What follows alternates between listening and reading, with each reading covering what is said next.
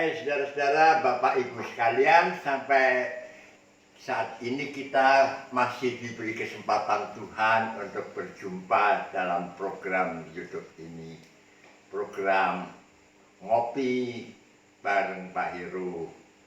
Ngopi, ngobrol pintar. Beberapa waktu yang lalu saya menerima buku dari Pendeta Dr.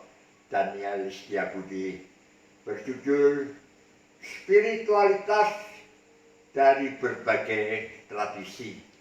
Kumpulan tulisan dari teolog-teolog Katolik dan Kristen. Ada juga yang disebut di sini spiritualitas Martin Luther, spiritualitas Calvin, spiritualitas Mennonite dan sebagainya. Kita tidak akan membahas ini malam ini. Ada satu hal yang saya lihat di sini bahwa Martin Luther spiritualitasnya itu berfokus kepada firman Tuhan atau khotbah dan sakramen. Maksudnya apa? Martin Luther sangat amat menentang jika tradisi-tradisi gereja itu mendominasi sehingga Alkitab hanya jadi embel-embel. Dan sakramen menurut Martin Luther hanya dua yang diperintahkan oleh Tuhan Yesus, yaitu baptis dan perjamuan kudus. Pernah, walaupun di buku ini tidak disebut, Martin Luther dalam usahanya menerjemahkan Alkitab dalam bahasa Jerman, karena pada waktu itu Alkitab hanya boleh dibaca dalam bahasa Latin, akibatnya hanya para rahib saja bisa baca. Orang Kristen awam tidak mampu baca bahasa Latin. Dalam Alkitab yang ditulis oleh Martin Luther, sempat Martin Luther keberatan surat Yakobus dimasukkan sebagai kanon Alkitab. Mengapa? Karena menekankan sola scriptura, sola fide, sola gratia. Penekanan yang terakhir hanya oleh anugerah. Bagi Martin Luther hanya anugerah Tuhan yang menyelamatkan, bukan perbuatan, bukan amal manusia.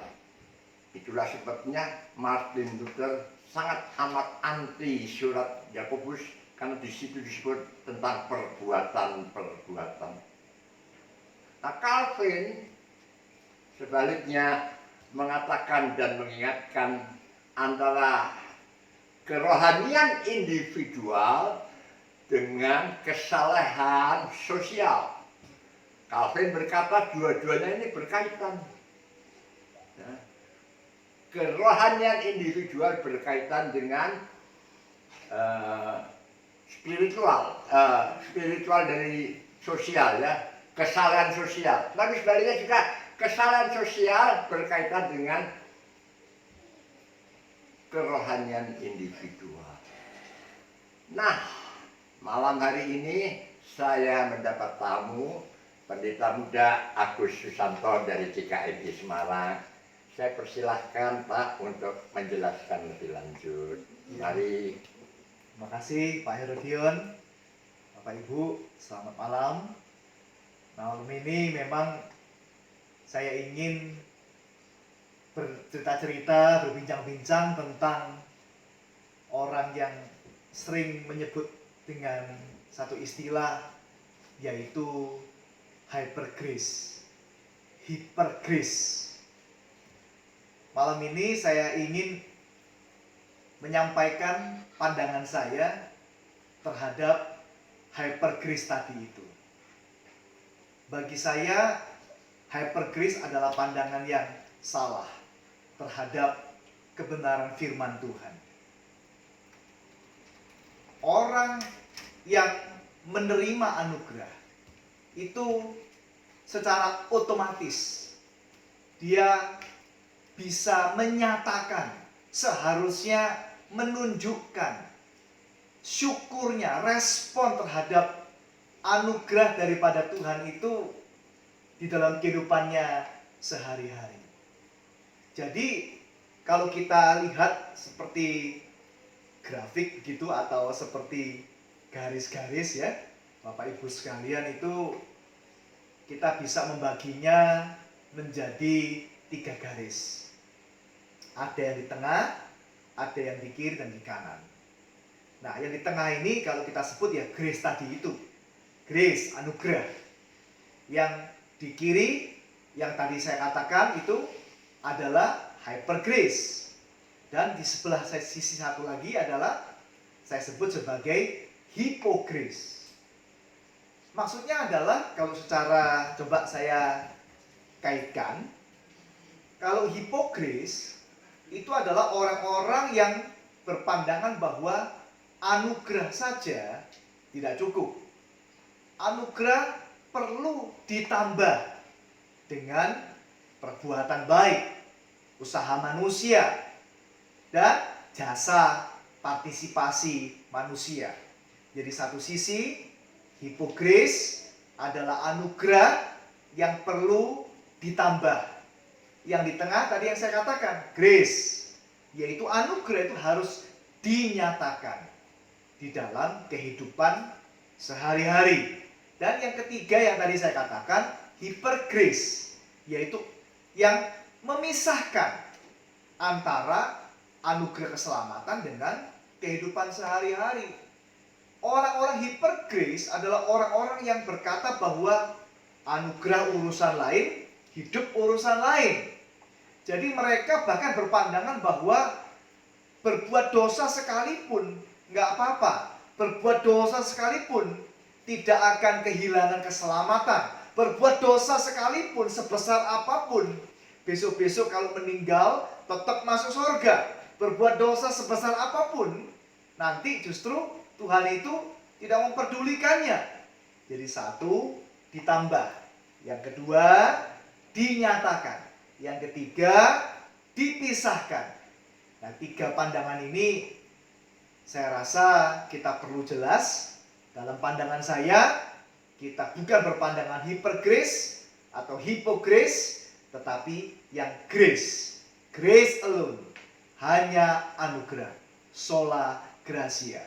Kalau kita diselamatkan, semata-mata adalah anugerahnya Tuhan, 100% pekerjaan Tuhan, kita menerima anugerah Tuhan, dan kita mensyukurinya, meresponinya, menyatakannya di dalam kehidupan kita sehari-hari. Jadi nggak terpisahkan. Orang yang sudah diselamatkan justru hidupnya sesuai dengan keselamatannya itu. Kalau dia mempunyai kehidupan yang bertentangan dengan keselamatannya itu, nah ini masalahnya. Apakah orang itu tidak mengerti tentang keselamatan? Atau justru orang itu mempunyai pandangan yang ketiga tadi. Malah dia merasa bahwa nggak apa-apa, berbuat dosa pun tetap selamat kok. Hypergrace. Nah gitu kira-kira Pak Heru yang ingin saya sampaikan.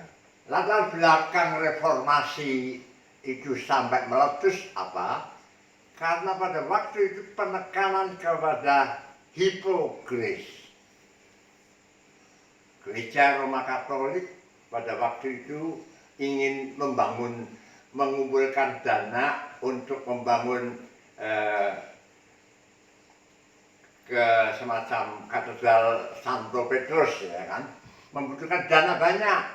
Diputar otak, kemudian mereka mengeluarkan surat pengampunan dosa.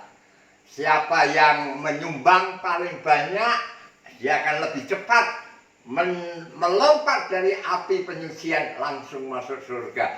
Bahkan yang sudah meninggal pun bisa ditolong oleh sanak familinya yang masih hidup dengan membayar surat pengampunan dosa itu.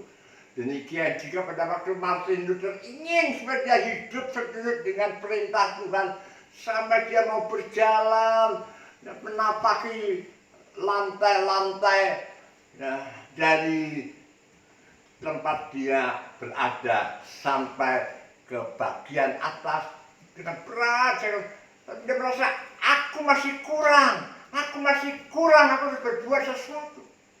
Tapi begitu firman Tuhan mengenai orang benar dibenarkan oleh iman, Martin Luther kemudian mengatakan sola gratia, tapi akibatnya kemudian banyak pengikut Martin Luther hidup tidak bertanggung jawab. Ya, pokoknya kan percaya kan, pokoknya percaya Yesus kan. Kita mau mabuk-mabukan terserah kita mau menyeleweng terserah kita mau selingkuh terserah kita. Yang penting percaya kita ini sudah dapat anugerah Tuhan. Dari keterangan Pak Agus ya jelas ya, tidak boleh begini, tidak boleh gitu. Kita harus seimbang dalam pemikiran kita tentang anugerah Tuhan. Jangan mengecilkan anugerah itu, tapi juga jangan menyalahgunakan anugerah Tuhan. Saya pikir sudah jelas ya. Jadi semakin kita mengerti tentang anugerah, justru hidup kita berbanding lurus. Sesuai dengan sepengertian kita. Kalau orang memang tidak mengerti, ya itu tadi bisa menyalahgunakan atau menganggap pikiran pendapat yang lain.